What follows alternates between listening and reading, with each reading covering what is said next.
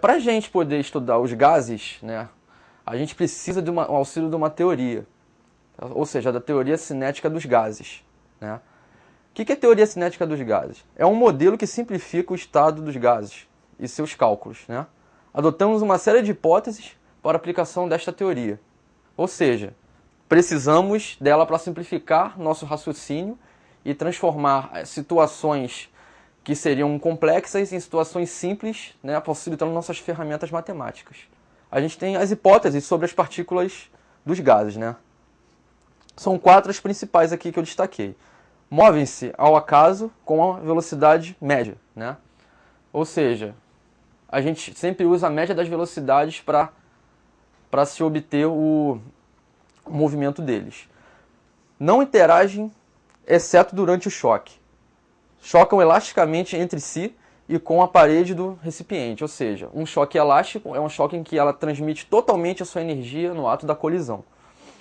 Apresentam um volume próprio, desprezível, em comparação com o volume do gás, ou seja, o seu volume, né, é muito pequeno comparado ao volume total do gás, então a gente pode desprezar o volume das partículas.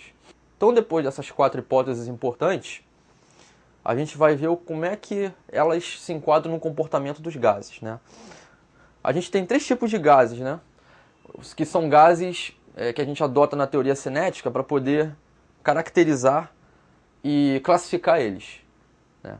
Ou seja, o gás real, né? A gente tem gás real que existe na natureza sob a maioria das condições de temperatura e pressão. Suas partículas possuem um volume considerável e movimento caótico.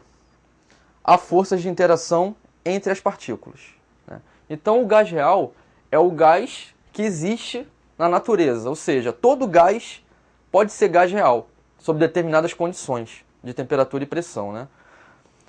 Gás ideal. Todo gás real se aproxima do gás ideal. Quanto menor for sua pressão e maior for sua temperatura, há forças de interação entre as partículas, né? Então, segundo o nosso modelo da teoria cinética dos gases, a gente aproxima o gás real para o gás ideal, né, sob determinadas condições. Ou seja, o mesmo gás real ele pode se tornar um gás ideal se a temperatura dele for alta e a pressão for baixa, né? E a gente tem um gás perfeito, que é uma abstração, existe apenas para satisfazer a teoria cinética dos gases. Não existem forças de interação entre partículas e o volume das partículas é nulo. Ou seja, o gás perfeito é apenas o quê? Uma abstração matemática, né? Para a gente simplificar nossos cálculos, né? E as forças de interação, só para destacar, são as forças à distância, ou seja, as forças de atração e as forças de repulsão entre as partículas. Então a gente tem aí os gases, né, e o modelo para a gente estudar os gases, que é a teoria cinética dos gases. Então a gente aproximou ali que todo gás real pode se tornar um gás ideal ou perfeito, sob determinadas condições.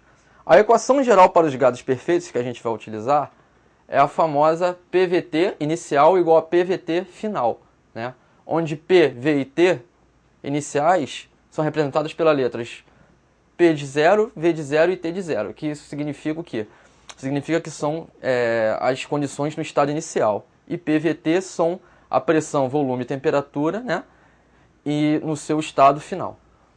No Sistema Internacional de Unidades, né, no SI, a gente tem que a unidade de pressão é Pascal, que é 1 vezes 10 a quinta Newton por metro quadrado. Unidade de volume é em metros cúbicos, né? Ou seja, a unidade m elevado ao cubo. E T a temperatura absoluta, que é em Kelvin. Então a gente tem aí gases, a gente estuda a teoria cinética dos gases, né, para poder aproximar o modelo, para simplificar o modelo, e a gente tem aí a equação do estado dos gases aí, geral, né, para os gases perfeitos.